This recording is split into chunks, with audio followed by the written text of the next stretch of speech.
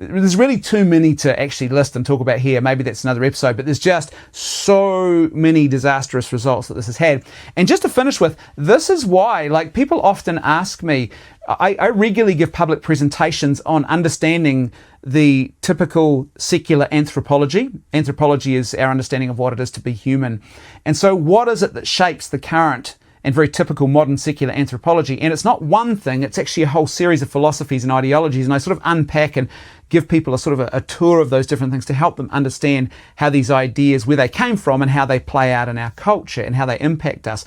A lot of people today wander around thinking that they are objective just because they're not religious. I think this is absolutely part of the myth of progress. You know, I'm a scientific man, not a religious man, so therefore I'm objective, unlike those biased religious believers. No, everybody is biased. So the question is not, do you have some bias when we come to discussing or exploring or creating policy for a major, whatever the issue of the day might be that is being discussed in the public square. The question is not, do you have bias, but instead the question is your bias good, true and beautiful? Because everybody has bias.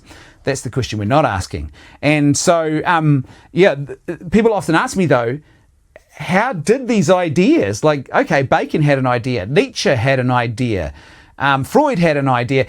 How do these ideas, though, end up so deeply ingrained in the cultural consciousness? Like, there have been other bad ideas in the past, in ancient history, and they didn't seem to have legs like this. Why is this? And there are several factors at play.